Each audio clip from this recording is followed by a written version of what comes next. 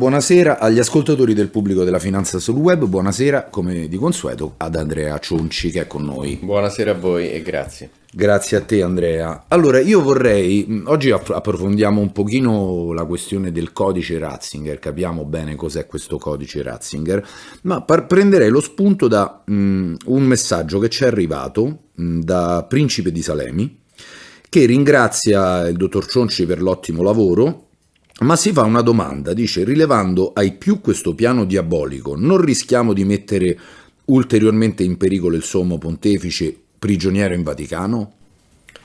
È una buona domanda, tranne che per l'appellativo diabolico, naturalmente, perché questo è un piano geniale di difesa della Chiesa messo in opera dal vero Santo Padre, ed è un piano che si avvale della sincerità, della precisione e della trasparenza più assoluta. E chiaramente poi, se ci sono degli attori che magari divorati dalla brama di potere, dalla smania di arrivare a comandare, capiscono fischi per fiaschi, diciamo, questa non è colpa del Santo Padre Benedetto XVI. Comunque, riguardo al fatto, alla domanda dell'ascoltatore circa l'opportunità o meno di cominciare a rivelare questo piano B canonico espresso in codice Ratzinger, il fatto è che proprio lo stesso Benedetto XVI ci dà tantissimi spunti di riflessione, dei messaggi chiarissimi, appena velati, disseminati ovunque nei suoi libri, nelle sue interviste, nei suoi interventi pubblici, nei suoi discorsi. Quindi è lo stesso interesse di Papa Benedetto far capire a chi, per dirla con una frase evangelica, ha orecchie per intendere. Solamente il fatto che lui da 8 anni ripeta che il Papa è uno solo e non spieghi mai quale dei due, cioè questo, come abbiamo già detto, è un interrogativo che è comprensibile anche da parte di un bambino di 8 anni. Anche un bambino di 8 anni capisce che di fronte a un indovinello del genere c'è qualcosa che non quadra, che non torna. Sì, vedo però, continuo a vedere dai commenti, da varie cose, che la gente fatica molto a capire questa cosa, cioè vede una sorta di malafede in Benedetto XVI, però poi quando vai a scavare ti accorgi che, da quello che ho capito io, che queste persone non hanno ben compreso il tuo discorso, lo hanno compreso soltanto superficialmente. Sì, allora, il Papa Benedetto si trova in una situazione di sede impedita, come abbiamo già spiegato nelle precedenti puntate di questa trasmissione. Egli è stato costretto a togliersi di mezzo, sia per una fronda interna di prelati ultramodernisti, chiamati Mafia di San Gallo, sia per pressioni a livello internazionale, vedasi blocco del codice SWIFT, di cui la volta scorsa ha parlato in modo molto competente il direttore Arnaldo Vitangeli. Quindi Papa Benedetto è stato aggredito nel suo diritto a fare il Papa, d'accordo? Allora, come possiamo dire che una persona che è stata aggredita in un suo diritto e ha escogitato un sistema per difendersi, pur continuando a dire sempre e sottilmente la verità, come facciamo ad accusarlo di essere ingannevole, di aver fatto dei trucchi, di aver messo in atto dei sistemi poco onesti? È come accusare una persona che viene rapita, che lancia dei bigliettini per chiedere aiuto, di essere disonesto nei confronti del rapitore. Ricordo spesso e volentieri l'episodio di cronaca di un paio d'anni fa. C'era una donna che era picchiata dal convivente, allora per chiedere soccorso senza allarmare l'energumeno chiamò i carabinieri ordinando la pizza, in modo da non far capire al convivente che stava chiamando gli agenti. I carabinieri hanno capito subito, sono andati lì. Adesso alcuni contestatori, mutatis mutandis, accuserebbero questa donna di essere stata sleale verso il proprio persecutore. Mi spiego? Cioè, cerchiamo di inquadrare un po' la questione. Ora, il codice Ratzinger è un geniale sistema di comunicazione che consente al Papa Benedetto, in sede impedita, quindi formalmente in uno stato di prigionia, di comunicare con l'esterno. Naturalmente è un sistema sottile di comunicazione. Perché? Perché se uno è in prigionia non può chiedere dichiaratamente aiuto, no? Come abbiamo visto per l'esempio di prima della donna picchiata dal marito.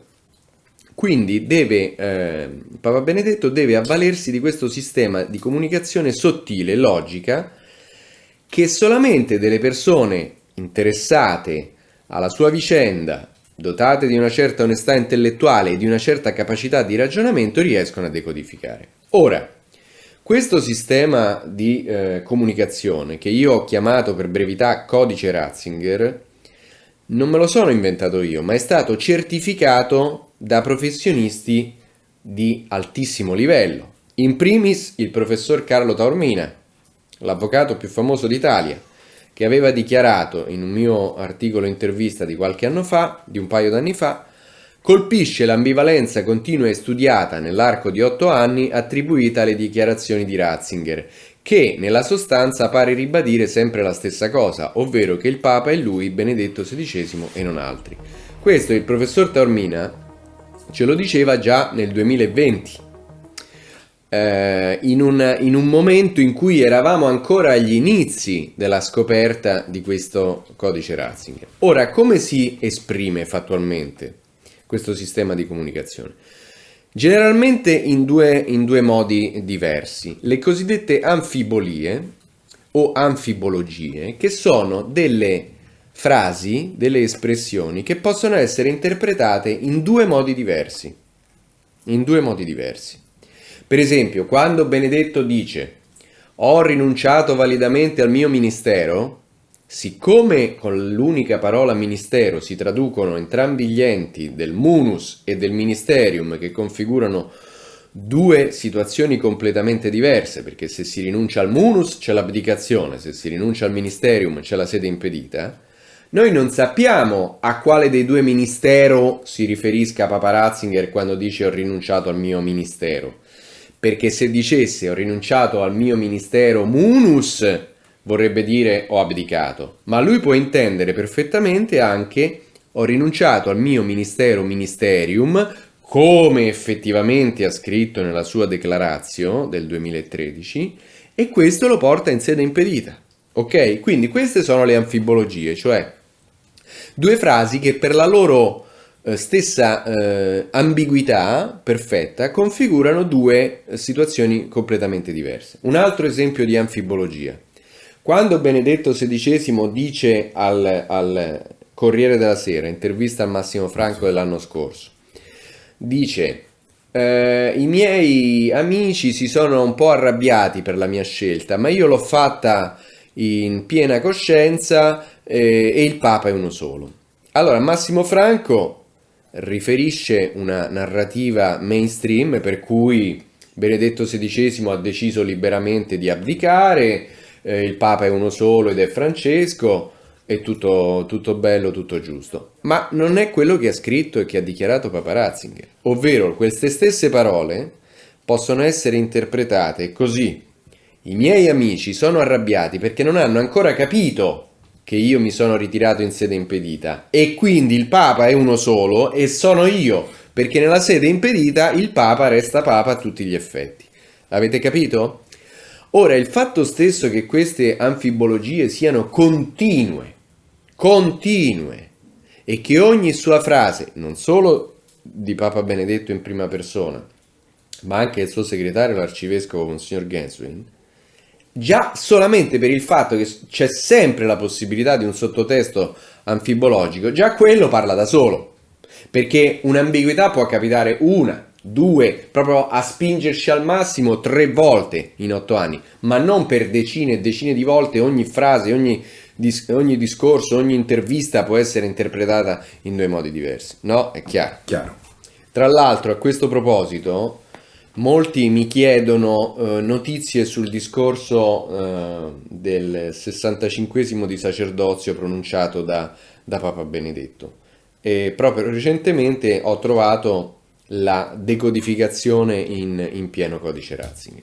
65 anni fa un fratello ordinato con me ha deciso di scrivere sulla immaginetta di ricordo della prima messa soltanto, eccetto i nomi e le date, una parola in greco, Eucharistomen, Eucharistomen. Convinto che con questa parola nelle sue tante dimensioni c'è detto tutto quanto si può dire in questo momento. Eucharistomen dice next grazie, umano, grazie a tutti. Grazie oggi soprattutto a lei, Santo Padre, la sua bontà dal primo momento dell'elezione, ogni momento della mia vita qui mi colpisce, mi porta realmente interiormente, più che i giardini vaticani, con la bellezza che hanno la sua bontà e il luogo dove abito, mi sento protetto. Grazie anche per la parola di questo momento, per tutto. E speriamo che lei potrà andare avanti con noi tutti e con questa via della misericordia divina, mostrando la strada di Gesù, al Gesù, a Dio. Eucharistomen, in quel momento l'amico Berga voleva accennare non solo alle dimensioni del ringraziamento umano, ma naturalmente alla parola più profonda che si nasconde, che appare nella liturgia, nella scrittura, nelle parole gratias agens, benedixit, fregit, deditque. Eucharistomen ci manda a quella realtà di ringraziamento, a quella nuova dimensione che Cristo ha dato. Lui ha trasformato in grazie, così in benedizione, la croce, la sofferenza, tutto il male del mondo e così fondamentalmente trassostanziato la vita, il mondo e ci dato e dà ogni giorno il pane della vera vita che supera il mondo grazie alla forza del suo amore. Alla fine vogliamo inserirci in questo grazie del Signore e così ricevere realmente la novità della vita e aiutare alla trassostanziazione del mondo, che sia un mondo non di morte ma di vita, un mondo nel quale amore ha vinto la morte. Grazie a tutti voi, Signore ci benedica tutti. Grazie Santo Padre.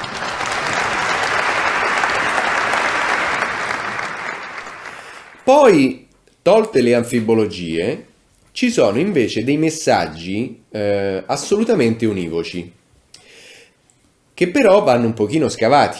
Ti faccio un esempio. Uno dei più importanti che abbiamo trovato è questa frase. Quando il giornalista Sebald in ultime conversazioni chiede a Benedetto XVI «Ma allora come si è sentito quando si è dimesso?» E il Papa risponde «Non è così semplice. Nessun Papa si è dimesso per 1000 anni e anche nel primo millennio è stata un'eccezione». Ora, una frase del genere è un'assurdità storica. Perché? Perché nel primo millennio si sono dimessi, cioè hanno abdicato 6 pontefici. Nel secondo millennio hanno abdicato altri 4 pontefici. Quindi come fa Benedetto XVI a dire nessun Papa si è dimesso per 1000 anni e anche nel primo millennio è stata un'eccezione? Allora lì bisogna fare un piccolo studio storico che io, grazie all'aiuto di un professore di storia ecclesiastica all'Università di Milano, ho portato alla luce. Prima della riforma gregoriana, cioè agli inizi del secondo millennio, effettivamente ci sono stati dei papi che hanno perso, come Benedetto XVI, il ministerium, cioè l'esercizio pratico del potere. Cosa che non si è verificata nel secondo millennio, perché dopo la riforma gregoriana i papi hanno sempre mantenuto, anche durante le lotte antipapali, hanno sempre mantenuto un minimo di potere pratico, di ministerium. Invece nel primo millennio ci furono pochissimi papi che furono scacciati da un antipapa nemico e quindi persero tutto. Ad esempio Benedetto VIII, Teofilatto dei Conti di Tuscolo, che verso la fine del primo millennio fu scacciato dall'antipapa Gregorio VI, mi pare si chiamasse. Oppure anche intorno al X secolo il papa Gregorio V, Brunone di Carinzia, primo papa tedesco, che fu scacciato da un altro antipapa a lui nemico. Quindi questi papi per un certo periodo, per alcuni mesi, persero il loro ministerium, salvo poi essere reintegrati sul trono petrino tout court grazie all'intervento di imperatori e simili contingenze. Quindi questa frase di Papa Benedetto è univoca, perché lui con un coltissimo rimando storico ci sta dicendo: mi sono dimesso come i papi che non hanno abdicato, cioè lui intende dimissioni come ritiro dall'esercizio pratico del potere, cosa che lo mantiene in tutto e per tutto Papa, e il Papa è uno solo, il Papa è, voce del verbo essere, uno, ed è Benedetto XVI, perché è quello che ha il munus.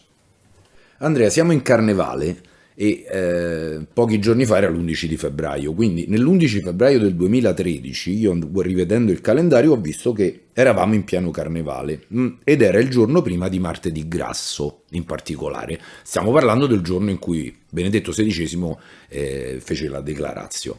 Il fatto di farla di Carnevale può essere parte di questo codice Ratzinger? Assolutamente, assolutamente sì.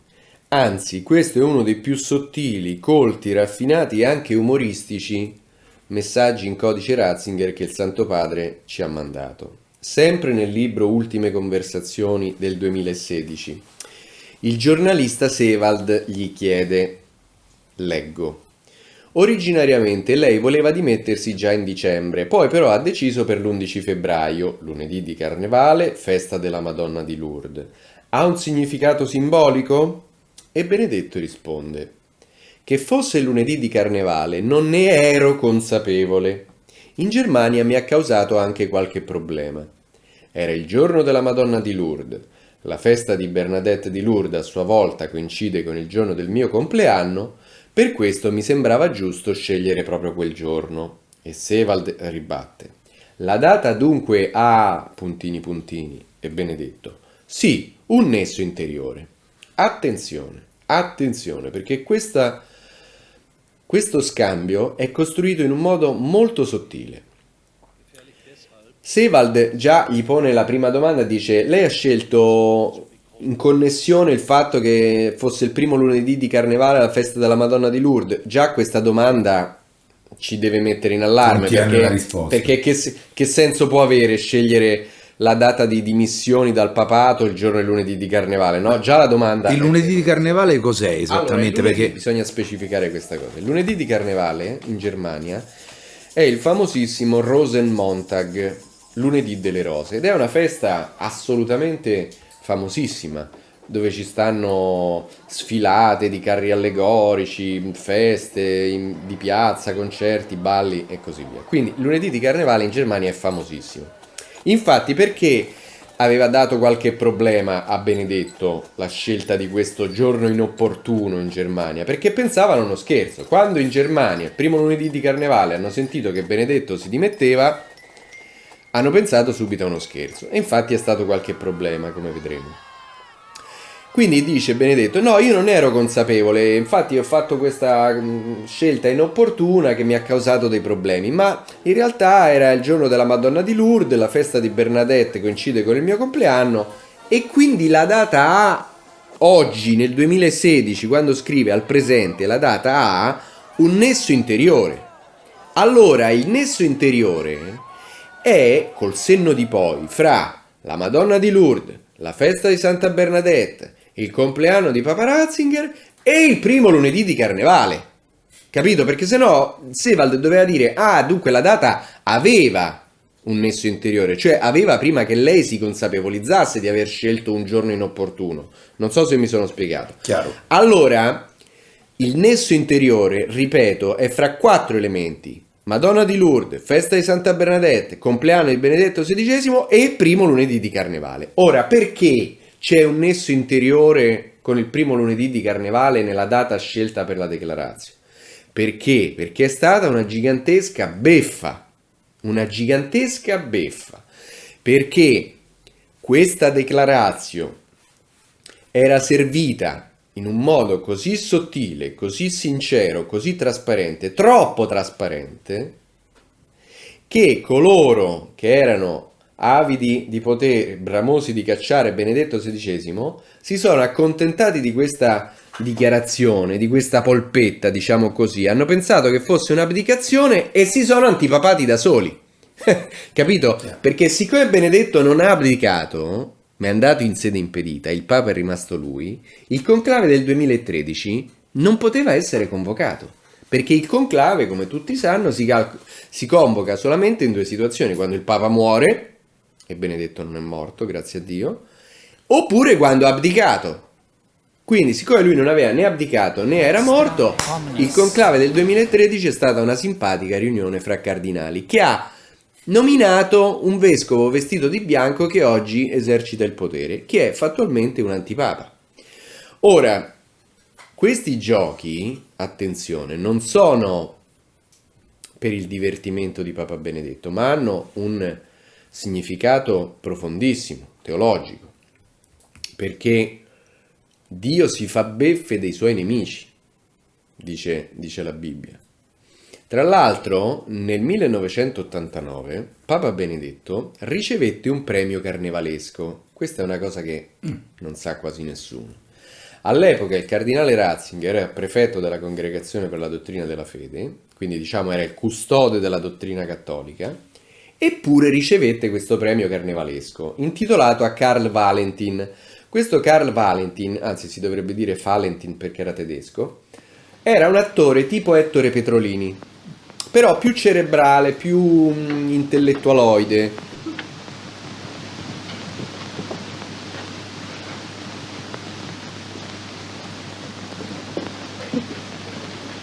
Io vi dovrei sentire. Heute, klar. Ah, da ist sie. Oh, che non so.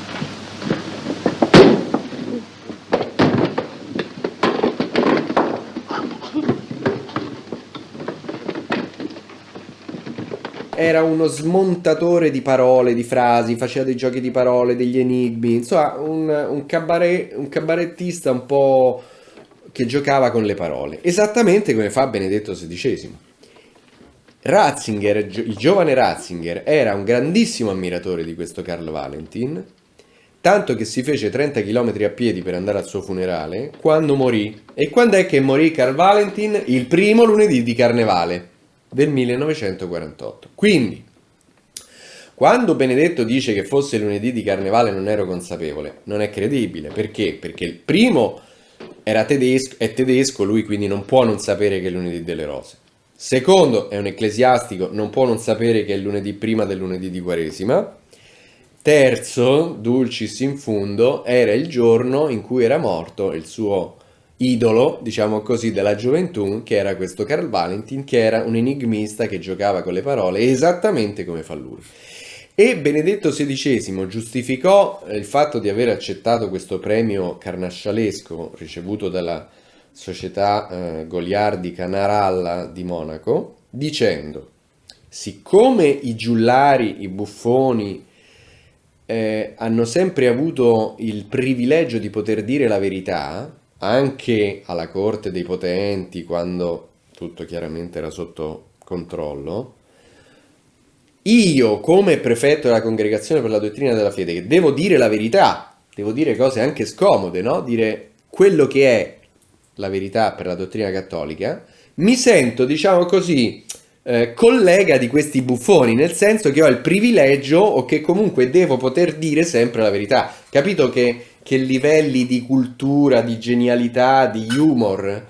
Cioè, Papa Benedetto è forse uno dei papi più spiritosi degli ultimi secoli. Forse prima di lui solo Benedetto XIV aveva questo umorismo così spiccato, anche se quello di Benedetto XIV Prospero Lambertini era un umorismo molto crasso, molto schietto, anche colorito, diciamo così. Quello di Benedetto XVI è più Molto cerebrale, raffinato. molto raffinato, ma è spiritosissimo, è spiritosissimo. Ciao papà, sono Katrin, vengo dal Vietnam, ho 7 anni e ti voglio presentare la mia famiglia. Lui è il mio papà Dan, e lei la mia mamma si chiama Tao, e lui è il mio fratellino Bin. Mi piacerebbe tanto sapere qualcosa della tua famiglia e di quando eri piccolo come me.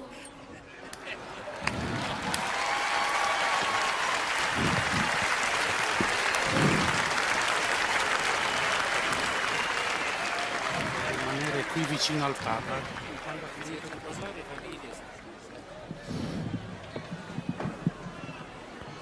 Grazie carissima e i genitori, grazie di cuore. Allora ha chiesto come sono i miei ricordi alla famiglia, sarebbero tanti. Volevo dire solo poche cose. Il punto essenziale per la famiglia era per noi sempre la domenica, ma la domenica cominciava già sabato pomeriggio. Il padre ci diceva della lettura di domenica da un libro molto diffuso in quel tempo in Germania, dove erano anche spiegati i testi. Così cominciava la domenica, entravamo già nella liturgia in atmosfera di gioia. Il prossimo giorno siamo andati alla messa. Io sono a casa vicino a Salisburgo, quindi abbiamo avuto molta musica, Mozart, Schubert, Haydn, e quando cominciava il Kyrie era come se si aprisse il cielo. E poi a casa era importante naturalmente il grande pranzo insieme, e poi abbiamo molto cantato.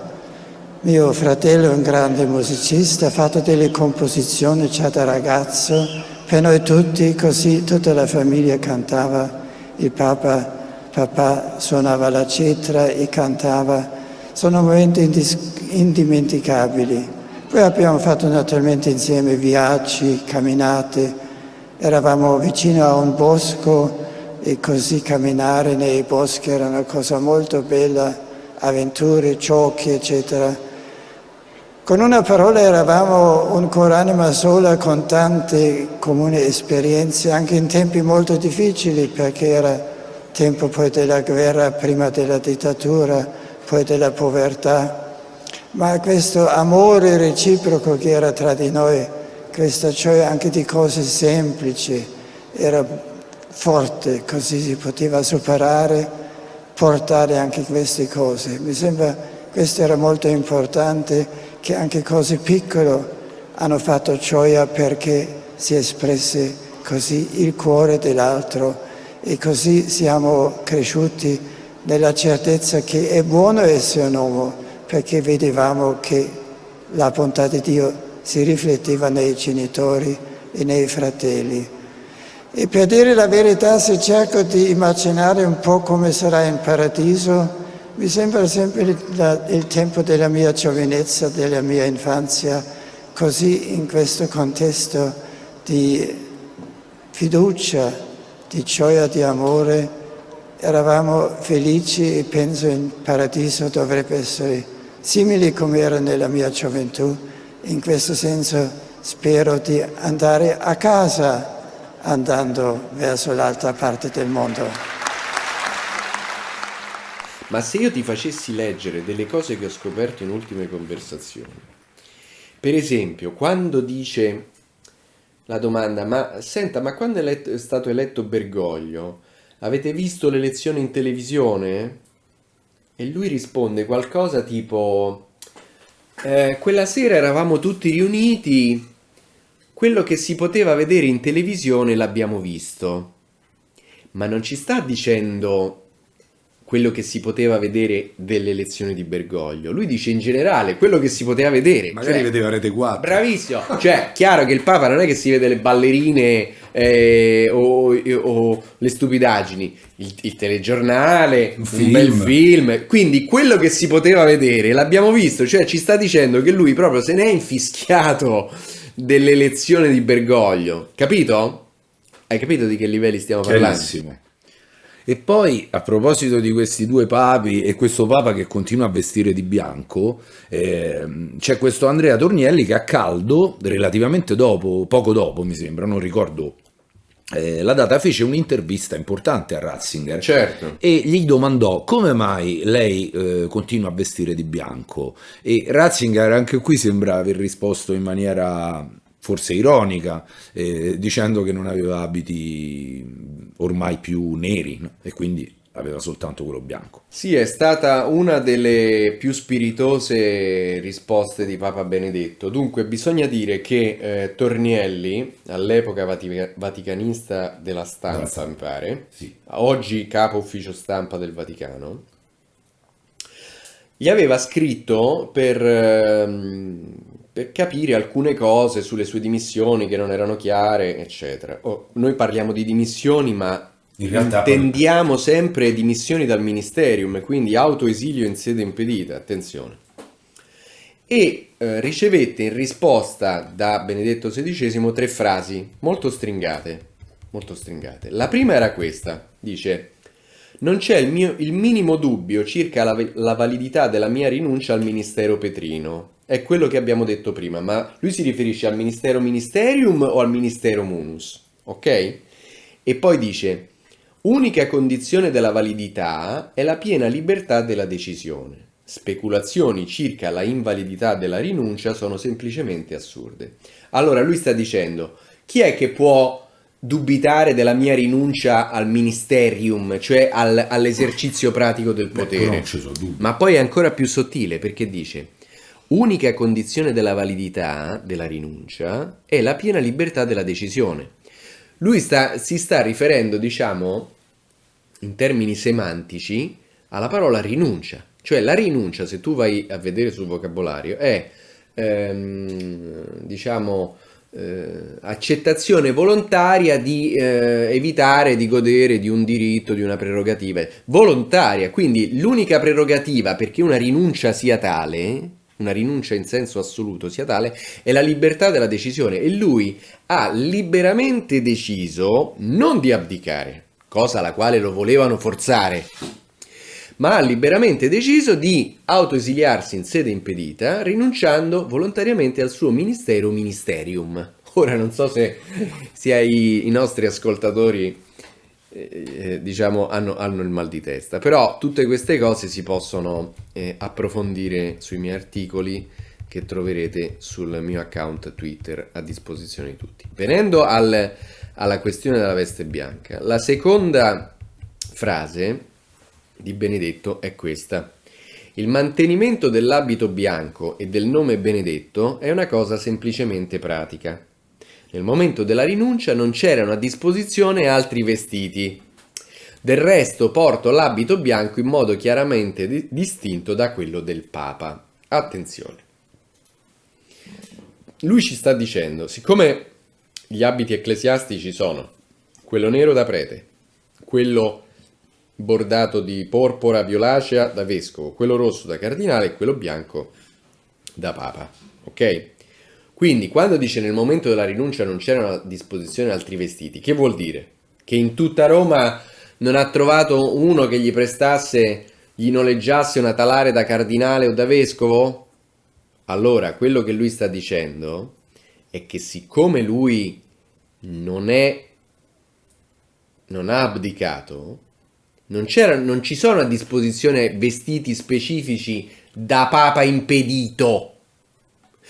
Quindi lui spiega, dice: del resto porto l'abito bianco in modo chiaramente distinto da quello del Papa. Cosa lo distingue? Allora, il fatto che lui abbia tolto la mantelletta e la fascia, sì, mantelletta o mozzetta, e la fascia alla vita, ok? E qui non è che lui sta dicendo del resto porto chiaramente l'abito distinto da quello di Bergoglio. Lui sta dicendo porto l'abito bianco in modo chiaramente distinto da quello che è l'abito classico del Papa, l'abito da Papa, capito? Cioè sta dicendo non ci sono a disposizione vestiti da Papa impedito, però ho tolto 2 accessori in modo che si capisca che io non sono un Papa normale. Non ho tutti gli accessori da papa, ma sono distinguibili per questo. Ecco perché sono l'emerito, come abbiamo già detto. L'emerito è un aggettivo che viene dal verbo emereo, Che rafforza il fatto che lui sia il Papa. esatto, fondamentalmente. perché dice fra i due papi, uno legittimo e uno illegittimo, Uno merita, uno l'altro- merita, ha il diritto di essere papa e quindi è distinguibile dall'altro e dalla mise ordinaria del papa classico, perché ha tolto due elementi, la fascia e la mantelletta, che poi corrispondono ai due aspetti del ministerium ai quali lui ha rinunciato, che sono governare la barca di Pietro e annunciare il Vangelo. Comunque la mantelletta non viene mai indossata da Bergoglio, per esempio. Se non ricordo male. Allora, se parliamo di mantelletta rossa, no, lui all'elezione non ha indossato la mantelletta rossa. Tra l'altro lì c'è un sottilissimo codice Ratzinger, probabilmente il più difficile, che è quello che io ho battezzato il rompicapo della mozzetta rossa. Perché Papa Ratzinger fa un gioco di parole proprio basato sul fatto che Bergoglio, quando si è affacciato dal Palazzo Apostolico, non indossava la mozzetta rossa tradizionale dei papi quando vengono eletti, ma questa mozzetta rossa ce l'hanno anche i cardinali. Allora, quando Sebald gli dice: ma che cosa ha pensato quando ha visto che era stato eletto Bergoglio e che si è presentato per di più vestito di bianco? Ratzinger dice: è stata una sua scelta. Anche noi che lo abbiamo preceduto eravamo in bianco, non ha voluto la mozzetta rossa. Qui attenzione, qui è molto difficile, io ci ho messo 6 mesi per arrivare a decodificare questo rompicapo, ma alla fine è semplice, è meccanico. Quando dice anche noi eravamo in bianco, siccome lui all'elezione aveva la mozzetta rossa, evidentemente si riferisce alla mise ordinaria da papa. Ma allora, siccome il riferimento è alla mise ordinaria da papa, quella di Bergoglio non può essere stata una scelta di vestirsi di bianco, a meno che lui non abbia deciso abusivamente di vestirsi di bianco, di scegliere di vestirsi di bianco, perché non ha voluto la mozzetta rossa da cardinale che gli spettava. Capito? Hai capito quanto è sottile? Ma è pura logica, è pura logica.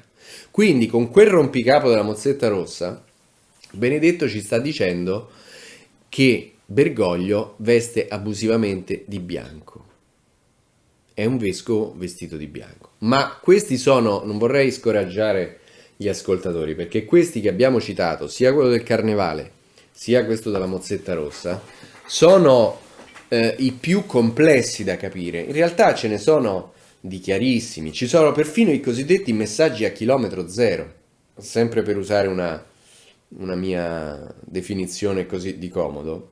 Sono quei messaggi che sono talmente diretti che non c'è neanche bisogno di essere interpretati. Per esempio, Sebald gli chiede: uno è portato a immaginare che il Papa, il vicario di Cristo, debba avere un rapporto particolarmente intimo con il Signore. E Benedetto XVI risponde: beh sì, in effetti non è che io abbia un rapporto così lontano col Signore, ma anzi lo sento abbastanza vicino. Capito? Cioè lì non c'è niente da interpretare, perché nella risposta lui assume implicitamente le premesse della domanda, cioè il fatto che lui è il Papa e il vicario di Cristo. Oppure non c'è neanche da interpretare in una lettera ricevuta da una signora che, scrivendoci alla mail codiceratzingerlibero.it, ci ha segnalato questo messaggio assolutamente chiarissimo, perché la signora esprimeva al Papa il suo dispiacere per la distruzione della fede, per il momento buio che stiamo vivendo, eccetera, e Benedetto XVI, tramite un monsignore della segreteria di Stato, le risponde così: il Santo Padre Emerito ha ricevuto la sua lettera così commovente e affettuosa. Commosso per i sensi della sua devozione filiale, il Sommo Pontefice la benedice. Allora vuol dire che il Sommo Pontefice è la stessa cosa del Papa Emerito. Perché? Perché sono collegati dal fatto che Il Papa Emerito ha ricevuto la lettera commovente piena di sensi della devozione filiale. Commosso per la devozione filiale, il Sommo Pontefice benedice la Signora. Quindi non c'è alcuna incertezza, mi spiego. Allora, queste cose sono sotto gli occhi di tutti, ma tutti se ne infischiano. Non ne parla nessuno. E io ho scritto diverse lettere aperte a vari colleghi vaticanisti, giornalisti, parliamone, scusate, non vedete che cosa c'è? No, tutti fanno finta di niente. A me mi si stringe il cuore perché questi poveretti saranno falciati dalla storia, saranno falciati via proprio a livello professionale perché gli è stato dato questo input e loro non lo hanno colto. Poi Benedetto XVI, come già sanno gli ascoltatori, mi ha pure risposto in codice Ratzinger con lo stemma da Papa Regnante, cioè, ma allora, meglio così, sai che ti dico Francesco? Meglio così, perché se no poi troppi galli a cantare si fa confusione. Meglio che ne scriva solo uno che riesce a riordinare in pace, tranquillamente tutto questo puzzle, aiutato da voi cittadini, da voi ascoltatori che ci mandate le vostre testimonianze, le vostre impressioni. Ma guarda, ti dico, questa è la prima inchiesta partecipata della storia. È una cosa straordinaria perché c'è un coinvolgimento da parte di persone intellettualmente oneste, laiche e religiose, che mi scrivono e mi mandano queste cose che trovano. E devo citare anche il collega Mirko Ciminiello, bravissimo giornalista di Roma It, che ha trovato un codice Ratzinger meraviglioso in riferimento alla profezia di Malachia. Non so se ne abbiamo già parlato la volta Di scorsa. Malachia sì, ma di questa cosa che stai dicendo mi sembra di no. Beh, perché lui, il solito giornalista Sebald, dice a Benedetto: ma lei potrebbe essere l'ultimo papa per come lo conosciamo, dato che è l'ultimo nella lista dei pontefici di San Malachia? E Benedetto risponde: tutto può essere. Ma come tutto può essere? Perché, scusa, dopo di te c'è Papa Francesco, il 266esimo papa della... Avrebbe dovuto rispondere Avrebbe no. dovuto dire: no, guarda, sicuramente non sono io l'ultimo, forse Papa Francesco può essere l'ultimo. Comunque non tornavano i conti perché mi sembra che era il 266esimo, quindi sarebbe dovuto essere lui. Allora, Se non ricordo male. per i motti, i papi sono 111, i papi della lista di San Malachia.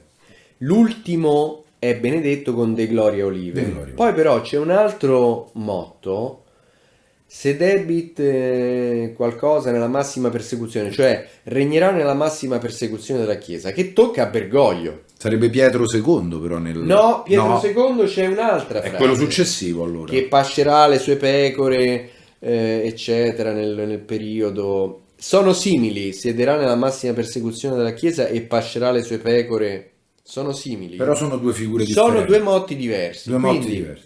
in ogni caso, quello che conta, al di là del fatto che a Bergoglio tocchi il ruolo di Pietro Romano, Benedetto XVI assolutamente non poteva dire che poteva essere plausibile che i papi, per come li abbiamo conosciuti, finissero con lui. Perché, secondo la narrativa mainstream, dopo di lui c'è il legittimo successore di San Pietro, Papa Francesco, 266esimo Papa della storia della Chiesa. Tra l'altro, parentesi, comicissima, fino a un paio di settimane fa, se cercavate su Google Benedetto XVI, sotto appariva un sottotitolino: Papa Emerito. Adesso lo hanno cambiato. Su Wikipedia dici? No, su Google. Su Google. Ah, proprio quel boxino Sì, il minimo, boxino Google. Fai Benedetto XVI, sotto ti appare immediatamente un sottotitolino, una didascalia con scritto Papa Emerito. Almeno questo succedeva fino a un paio di settimane fa. Adesso l'hanno cambiato e c'è scritto ex Papa. Capito? A me fanno tenerezza perché pensano che non se ne accorga nessuno di queste cose. Invece fanno delle gaffe atroci. Hanno capito che ormai il linguacchio si è svelato, come diciamo a Roma, e quindi stanno cercando di lavare il cervello alla gente mettendo questi sottotitolini, per cui a livello subliminale tu cerchi Benedetto XVI e ti arriva l'input ex Papa, non è più il Papa, eccetera. Anzi, perché a Francesco, a Papa Francesco non ci mettono una freccia con scritto guardate che il Papa è lui? A questo punto voglio dire, le gaffe sono talmente evidenti e pietose che io non so quali sorprese ci riserverà il futuro. Abbiamo visto quella figura atroce della finta visita a sorpresa al negozio di dischi, che era preparatissima perché c'era il suo fotografo, hanno messo il nome del suo fotografo che stava lì pronto a riprenderlo. Abbiamo visto la balla della diretta da Fabio Fazio. Ora, questa cosa è passata in cavalleria, ma io vorrei fare un focus. Diversi giorni prima della puntata di Fabio Fazio, di Che tempo che fa, tutti i più grandi giornali, compreso il Corriere della Sera, avevano titolato Papa Francesco in diretta da Fabio Fazio, sabato pomeriggio, adesso non mi ricordo che giorno, sabato sera in diretta da Fabio Fazio. E nessuno ha smentito questa cosa. Poi, quando è andata in onda la diretta, Dago Spia ha capito, vedendo l'orologio da polso di Bergoglio, segnava le 5 e la presunta diretta era alle 20. Allora, come faceva a essere in diretta? Non era in diretta. Però sia Bergoglio che la sua sala stampa hanno omesso di rettificare che non si trattava di una diretta. Allora, se io non ricordo male dalle mie rimembranze infantili del catechismo, questo dovrebbe essere un peccato di omissione, perché tu lasci credere alla gente una cosa che non è vera. Invece la sala stampa vaticana doveva rettificare: no, guardate, avete capito fischi per fiaschi, il collegamento ci sarà, ma è stato registrato, eccetera, se vuoi essere corretto. No, però tu hai capito che da quello che ho letto da un articolo, non so se è vero, dovrei verificare, hanno fotografato l'orologio all'inizio che erano le 5. Sì, poi c'è stato anche il taglio. Se è durata un'ora, sì, tu alle 6 hai finito. Certo. Invece è durata magari fino alle 7, quindi vuol dire che hanno fatto una sessione di montaggio, come uno possiamo dire. Assolutamente. Quindi vuol dire che hanno dovuto avere il tempo per registrare una cosa più lunga e poi qualcuno l'ha dovuta rimontare in sala di montaggio. Hanno fatto il lavoro in grande anticipo, anzi, secondo me, con diversi giorni di anticipo, perché potrebbe essere stato registrato giorni prima, dici? Addirittura prima della falsa visita al negozio di dischi. E ti dico perché. Perché Bergoglio parla di questa cosa alla visita dei dischi a caldo, con un'excusatio non petita veramente pietosa, perché dice beh sì, poi il caso ha voluto che un giornalista fosse lì e che mi avesse scattato questa fotografia, quando io stesso avevo pubblicato già 2 articoli sul fatto che questa cosa non poteva non essere preparata, perché c'era il nome del fotografo Brocal, che è il fotografo di Papa Francesco, il documentarista di Papa Francesco, che lo segue nei viaggi, che ha scritto, che ha fatto un documentario su di lui, eccetera. Quindi, secondo me, questa cosa valeva la pena di lasciarla cadere, perché ormai... Beh, può darsi che sia stata una cosa semplicemente mediatica sua, di voler dare cancan alla cosa, perché magari di voler... tu dici che è un suicidio in certo senso. Voglio dire, nel momento in cui sei scoperto su una cosa del genere, lascia perdere, no? Che fai? Ci ritorni? Anche perché poi chiunque cerchi su Google sempre Benedetto XVI, ex Papa, Ratzinger, Bergoglio, Papa Francesco, per una buona metà della settimana si trova i miei articoli in bella vista, non perché io sia chissà che cosa, ma perché questa questione è di un interesse straordinario e coinvolge centinaia di migliaia, forse anche di più, lettori e cittadini. Quindi questo è il segreto di Pulcinella, lo sanno tutti,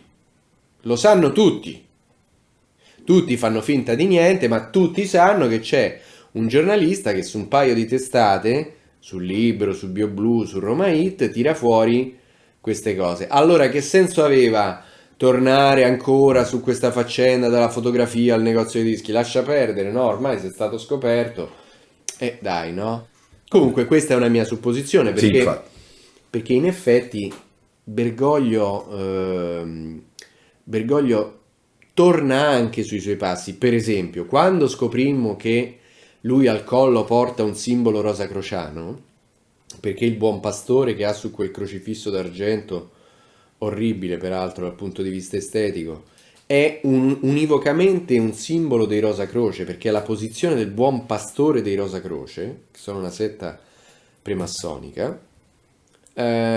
Lui dopo una settimana si è tolto questa croce, se l'è tolta dopo una settimana, e lui la indossava da 30 anni, e dice: ha indossato una croce cattolica finalmente? No, ci mancherebbe altro, ha indossato una croce ortodossa. Quindi io rilancio l'idea di fare una colletta per regalare al presunto Papa Francesco una croce pettorale cattolica, in modo da rientrare nell'ordinanza, diciamo così. E poi però, dopo aver tenuto per una settimana, 10 giorni questa croce ortodossa, è ritornato sulla croce pettorale. Quindi diciamo lui ha queste tecniche per sviare, per confondere le idee a quelli che lo pizzicano in castagna, e poi però ritorna sui suoi passi per far rientrare, perché lui conta sul fatto che il pubblico chiaramente non è concentrato, non sa le cose, si beve ormai qualsiasi fanfaluca, cioè se domani lui dicesse che la comunione è valida fatta con la pizza margherita, per la gente andrebbe bene comunque, capito? Perché siamo arrivati a una tale dimenticanza delle basi dogmatiche del cattolicesimo, che ormai la Madonna è vergine, non è vergine, la stessa cosa, Gesù figlio di Dio, ma vabbè, che importa, l'importante è volemo bene, perché poi si è ridotto a questo il cattolicesimo oggi.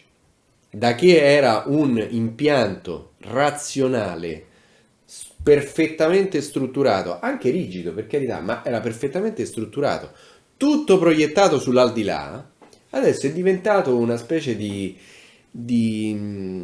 filosofia da amministrazione del condominio, mi spiego? Ma sì, dai, diamoci una mano, facciamo la raccolta differenziata, curiamo il giardino condominiale e è finita lì. Questo è diventato il cattolicesimo.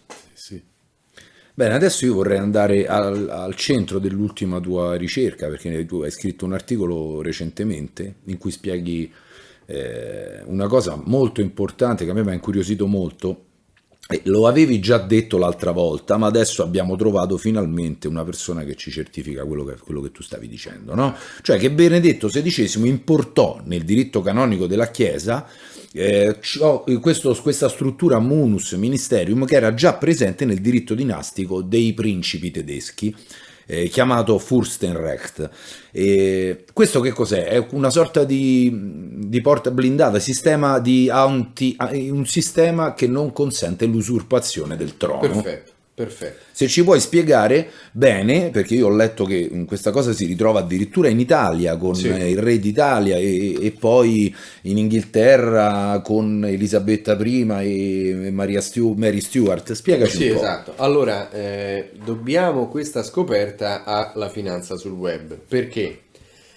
Perché tra gli ascoltatori dell'ultima nostra intervista c'era il dottor Andrea Borella, che è uno dei 4 o 5 esperti di diritto dinastico universale al mondo, nonché editore della prestigiosissima pubblicazione Annuario della Nobiltà Italiana, una pubblicazione che esiste dai tempi dell'unificazione, credo, dell'Unità d'Italia, e che raccoglie tutti i nomi, le genealogie delle famiglie nobili d'Italia, eccetera. Quindi è una persona qualificatissima in questo senso, il quale ci ha scritto: caro dottore, aveva ragione lei, ha colto nel segno, perché questa dicotomia fra munus e ministerium Ratzinger deve averla tratta dal diritto principesco tedesco, il Fürstenrecht, come hai detto prima.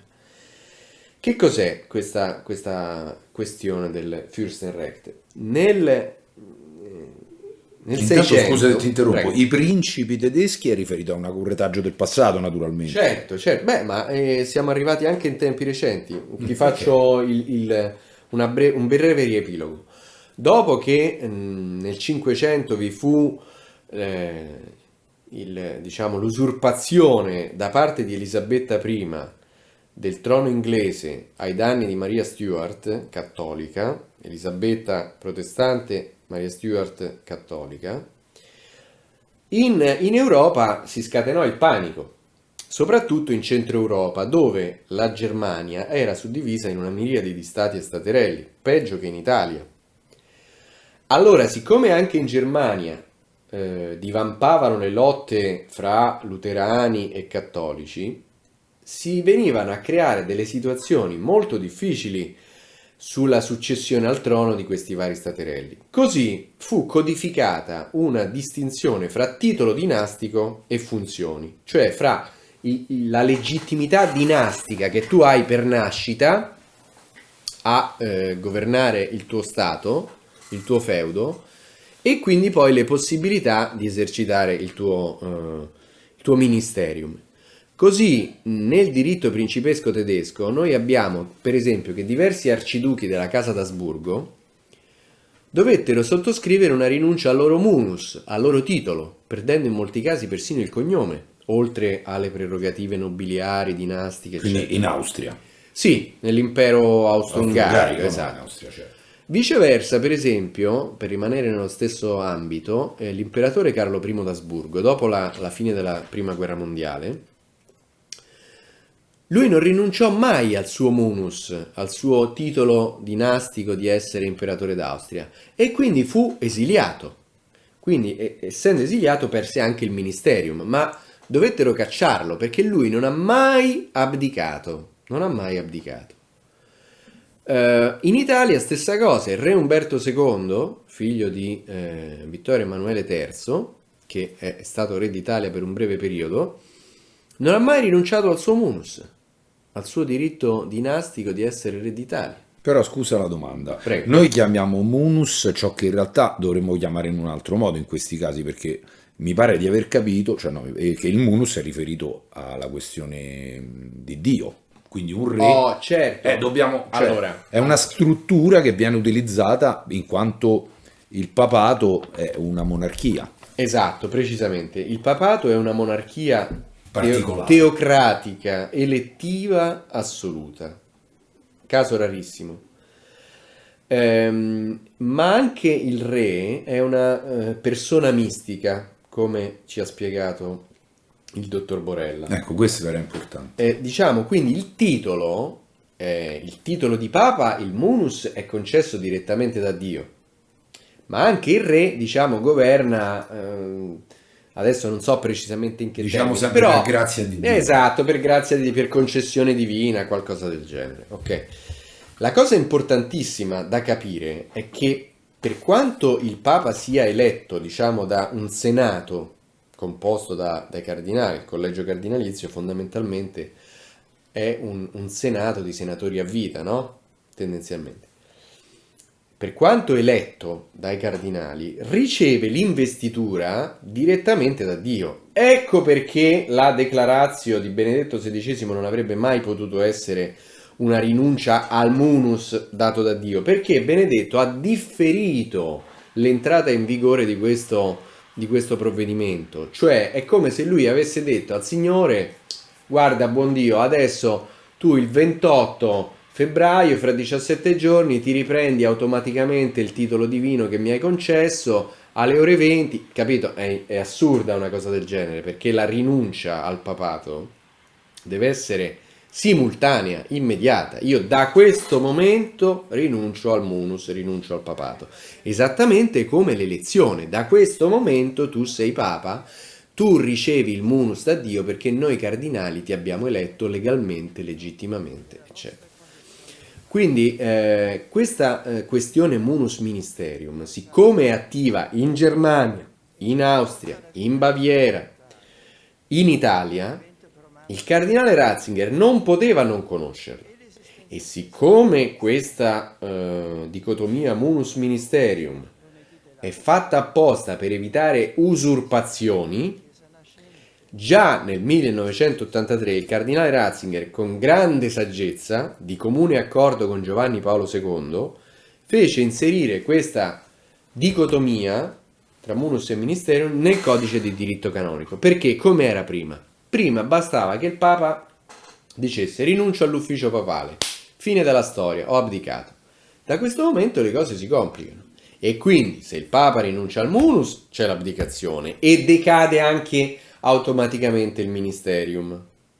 Se invece rinuncia al ministerium perché va in sede impedita, non decade affatto dal munus. E il dottor Borella, e concludo, ci ha confermato l'intuizione che il sottoscritto aveva avuto un anno fa quando scrisse un articolo intitolato qualcosa tipo il meccanismo munus e ministerium è stato ispirato allo specchio del terzo segreto di Fatima?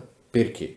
Perché questo è esattamente un sistema specchio, cioè abbiamo un soggetto reale, il munus, che si specchia e che si si specchia e il suo riflesso nello specchio è il ministerium, cioè se c'hai il titolo come conseguenza governi, ok?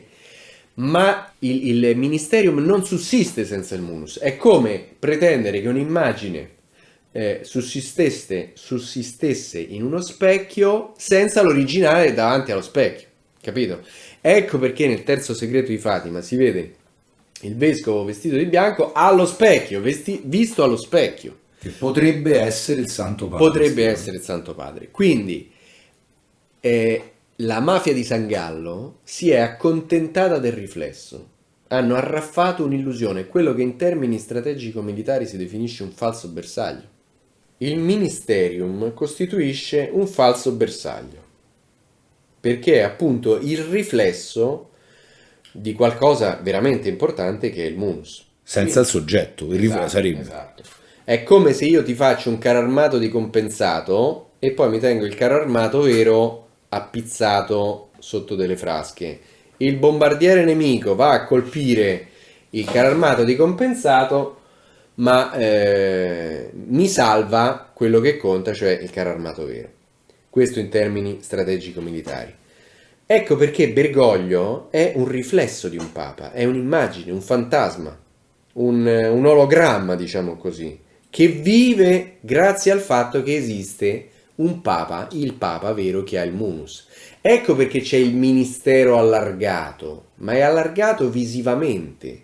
È come se tu mi vedi davanti allo specchio, vedi due Andrea Cionci, lo vedi allargato, no? Però uno è il riflesso del soggetto. Quindi c'è un papa legittimo emerito, che merita di essere papa, e un papa illegittimo, che è il riflesso del vero papa. E questi due sono entrambi cooperatori della verità, come abbiamo detto l'altra volta, per cui quando si svelerà questa impostura che c'è il riflesso a governare al posto del soggetto, si rivelerà una verità escatologica finale. Quindi Bergoglio è inconsapevolmente un cooperatore della verità, ed ecco perché Monsignor Genswein dice: la realtà che percepisco è che in Vaticano ci sono due papi, ok? Ma non è la realtà sostanziale. Un conto è vedere una cosa, un conto è dire la realtà in Vaticano è che ci sono due papi. Allora va bene, perfetto, hai ragione tu. No, la realtà che percepisco. Quindi la stessa che percepisce il pubblico, il grande pubblico. Esatto, il pubblico percepisce che ci sono due papi, ma sono validi tutti e due. Ma no, dice che il papa è uno solo. Ma allora cerchiamo di capire, e da qui si è dipanata la nostra inchiesta. In merito all'ultimo tuo articolo, quindi questa storia dei principi tedeschi, volevo aggiungere una cosa che ho letto, cioè il fatto che anche lì la lingua latina è la lingua garanzia, in quanto lingua meno complessa, più univoca nel significato. E questo è particolare perché insomma, visto che l'altra volta avevamo spiegato quella storia del Dimst in cui si capiva questa cosa del latino, che lui si dimette in latino ma non si dimette in tedesco, quindi questo conferma ulteriormente quello che ci dice questo infatti, Andrea Borella. Esatto, Borella ha confermato il fatto che la lingua in assoluto che non ammette fraintendimenti, che declina tutto, è il latino. È una lingua perfetta, è una lingua logica. Ecco perché è la lingua della Chiesa Cattolica. Capito? Perché è una lingua logica dove non ci sono fraintendimenti.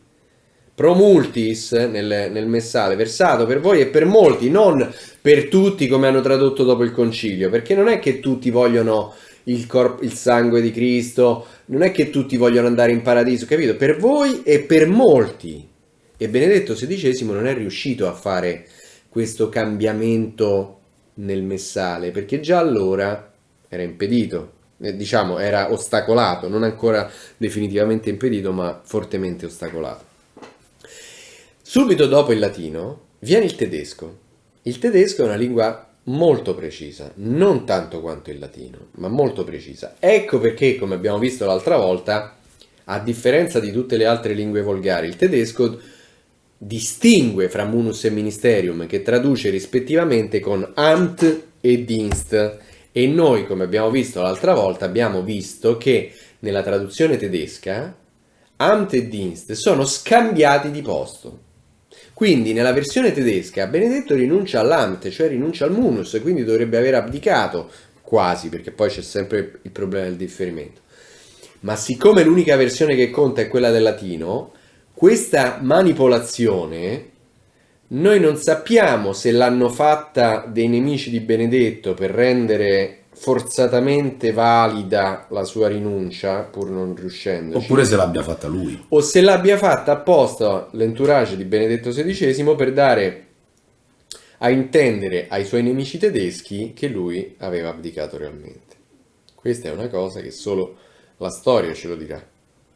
Io penso che Benedetto abbia fatto lo scherzo di carnevale ai tedeschi, e questo scherzo è appunto quello di aver loro invertito nella versione tedesca della Declaratio il munus e il ministerium.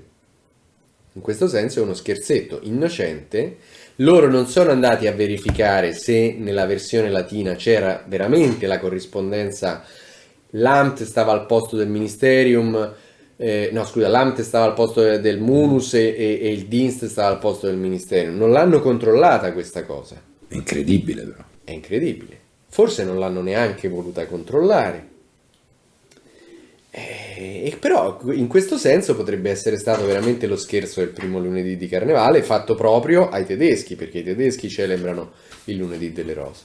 Vorrei dire una cosa in riferimento a questo intervento di Andrea Borella dell'Annuario della Nobiltà Italiana, che è caduto come il cacio sui maccheroni. Allora, quello di cui io mi sto rendendo conto, e che è una cosa veramente che lascia sgomenti, è che qui noi giornalisti, diciamo, che ancora siamo un po' appassionati alla verità delle cose, è come se fossimo delle pedine nelle mani di una logica superiore. Non voglio fare un discorso di fede, faccio un discorso laico. È come se ci fosse un senso logico collettivo.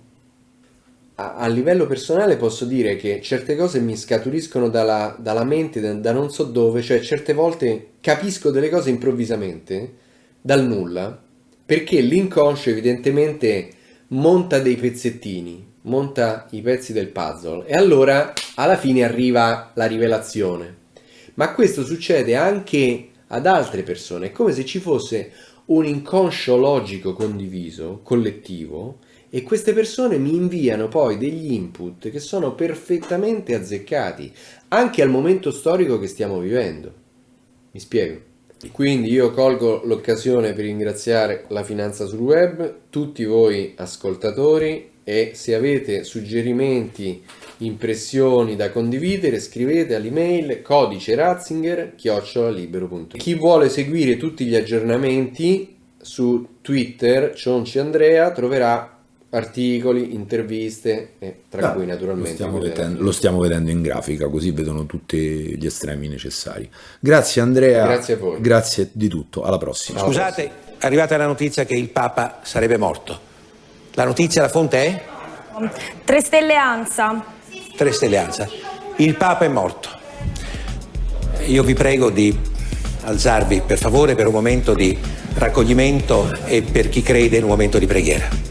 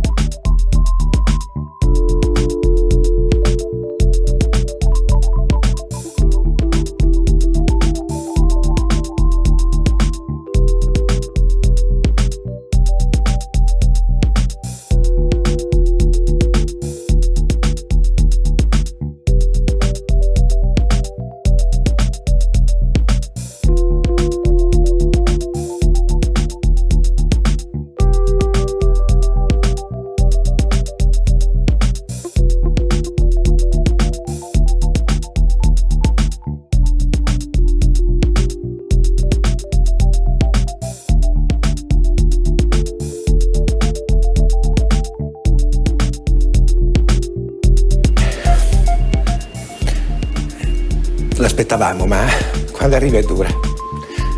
Mentre ricordavamo il Papa con queste immagini, i ragazzi qui sono scoppiati a piangere.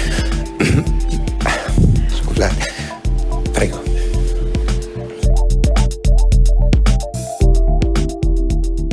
Se credi nell'informazione libera e vuoi sostenere il nostro canale, vai in descrizione e troverai tutti i link per dare il tuo contributo.